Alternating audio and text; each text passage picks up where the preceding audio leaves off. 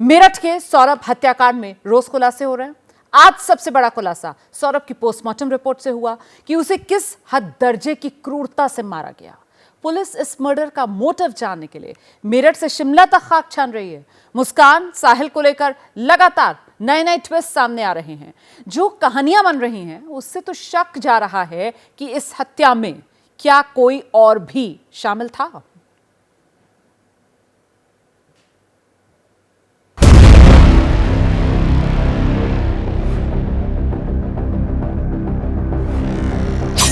9 साल पहले सौरभ के साथ 7 जन्मों की कसम खाने वाली मुस्कान ने उसके शरीर को 6 जगह चाकू से गोदा था।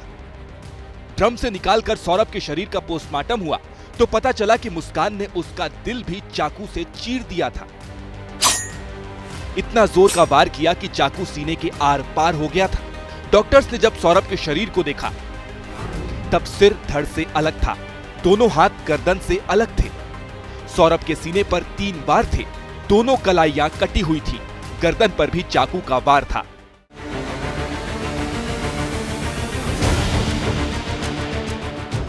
सौरभ की मौत की वजह थी सदमा और खून का ज्यादा बहना। सदमा अपनी पत्नी के हाथों काटे जाने का, सीने पर चाकू का वार होते ही सौरभ को दिल का दौरा पड़ा और ताबड़तोड़ चाकू के वार झेलने के बाद उसने दम तोड़ दिया। आगे की पड़ताल के लिए अब विसरा रिपोर्ट का इंतजार है।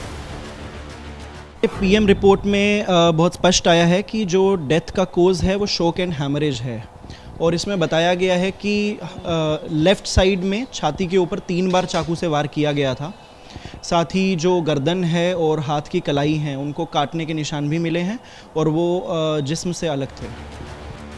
पोस्टमार्टम रिपोर्ट में यह भी पता चला कि सौरभ की बॉडी 14 दिन पुरानी थी, वो सड़ने लगी थी।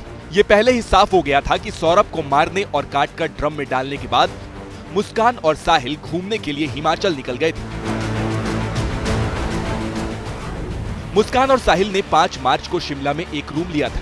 स्टाफ को बताया था कि नई शादी है, हनीमून पर आए हैं। शिमला से 10 मार्च को दोनों कसोल पहुंचे। यहां भी खुद को पति पत्नी बताया और 6 दिन तक कसोल में मौज मस्ती की। 10 तारीख को आए थे यहाँ पे। इनका नाम साहिल शुक्ला और मुस्कान रस्तोगी नाम था इनका। ये 10 तारीख को यहाँ पे आए थे स्टे के लिए। तो ये लॉन्ग टर्म के लिए रुके थे, 5-6 दिन के लिए रुके थे। रिलेशन हम जैसे आईडी मांगी तो उन्होंने बोला कि हमारी वाइफ ही है। आईडी वगैरह दी उन्होंने और वैसे चेक इन हुआ उनका और उनके साथ उनका ड्राइवर था, बाकी और कोई भी नहीं था। हिमाचल के टूरिस्ट प्लेस में होटल लेने के दौरान साहिल और मुस्कान ने अपने आप को पति पत्नी बताकर हनीमून मनाने आए हैं कहा।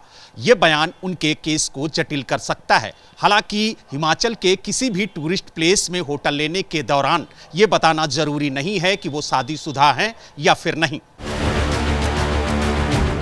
शिमला वाली कहानी में ट्विस्ट बहुत है। जिस तरह से ये लोग आंख मिचौली कर रहे थे उससे सवाल उठते हैं। क्या पुलिस को गुमराह करने के लिए दोनों खुद को शादीशुदा बता रहे थे? क्या शिमला में दोनों की किसी और से मुलाकात हुई थी? कहीं सौरभ राजपूत के मर्डर प्लान में कोई और भी शामिल था? हत्याकांड का शिमला कनेक्शन साफ होना जांच के लिहाज से जरूरी है। इसीलिए मेरठ पुलिस की एक टीम वहीं डटी हुई है। देखिए, ड्राइवर ने अपने बयानों में बताया था कि ये लोग शिमला, मनाली और कसोल गए थे, जिसमें हमारे ड्राइवर के बयानों से पता चला कि किन किन होटल्स में वो गए हैं। वहाँ पर उसके लिए हमारी एक टीम का गठन किया जा चुका है। सीसीटीवी है, जितने भी रजिस्टर एंट्रीज हैं, आधार कार्ड की फ़ोटोज़ हैं, वो सब हम कलेक्ट करें। हर पहलू पर हम विवेचना पर काम कर रहे हैं। जितने भी इसमें लोग आगे आए हैं, जितने भी लिंक में लोग थे, उन सभी से हम पूछताछ कर रहे हैं। पुलिस ने बताया कि इस केस में अब तक 10 से 12 लोगों से पूछताछ कर ली गई है। इसमें वो लोग हैं जिन्होंने साहिल मुस्कान को शिमला में कमरा दिया, जिन्होंने मेरठ में मुस्कान को ड्रम बेचा जिसमें लाश भरी गई, वो जगह जहां से मुस्कान ने 22 फरवरी को चाकू खरीदा और वो जगह भी जहां से मुस्कान ने कुछ दवाई इंजेक्शन खरीदे थे, जिस मेडिकल शॉप से मुस्कान ने नींद की दवाइयां ली। आरोप है कि उसने मोबाइल पर पर्चा देखकर ही मुस्कान को नशे का इंजेक्शन दे दिया। ड्रग्स विभाग की टीम ने इस दुकान पर भी छापा मारा और दवा इंजेक्शन की पड़ताल की।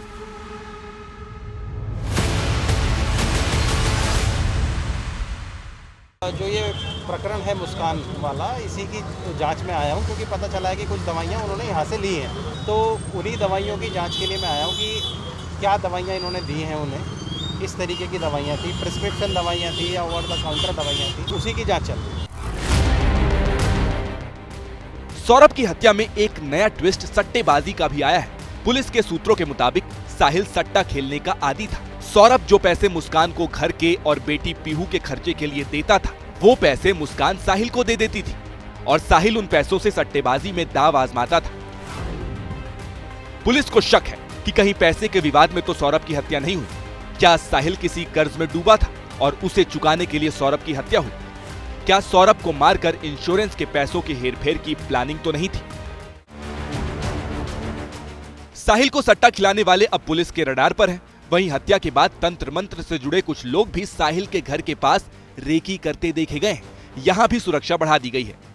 आप देख सकते हैं कि साहिल के घर पर ताला लगा हुआ है और साथ ही साहिल के घर की जो सुरक्षा है वो बढ़ा दी गई है। भारी तादाद में जो पुलिस है वो यहाँ पर तैनात कर दी गई है, क्योंकि जो अधिकारियों को जानकारी मिली है उसके मुताबिक कुछ लोग यहाँ पर साहिल के घर की रैकी करते हुए पाए गए और पता ये भी चला है कि वो लोग अंदर जा कर के देखना चाहते थे कि किस तरीके से तंत्र विद्या होती है, इसीलिए यहाँ पर जो सुरक्षा है वो बढ़ा दी गई है। देश में अपने तरह की इस दर्दनाक और खौफनाक मर्डर मिस्ट्री में अब भी दर्जनों पेच हैं। बाहर से केस बहुत हद तक सुलझा हुआ लग रहा था, लेकिन जैसे जैसे नई कहानियां आ रही हैं, गुत्थी उलझती जा रही है। अंदेशा उस दिशा में है कि जरूर इस हत्याकांड में मुस्कान और साहिल के अलावा भी कोई और है। पुलिस के मुताबिक मुस्कान और साहिल ने हत्या की बात कबूल ली है, लेकिन हत्या की वजह अभी भी साफ नहीं है कि सौरभ को इस बेदर्दी से क्यों मारा गया। इस क्रूरता के पीछे किस हद तक नफरत थी, असल वजह क्या थी? खबर है कि ये सारी कड़ियां खोलने के लिए पुलिस मुस्कान और साहिल की 5 दिन और रिमांड मांग सकती है।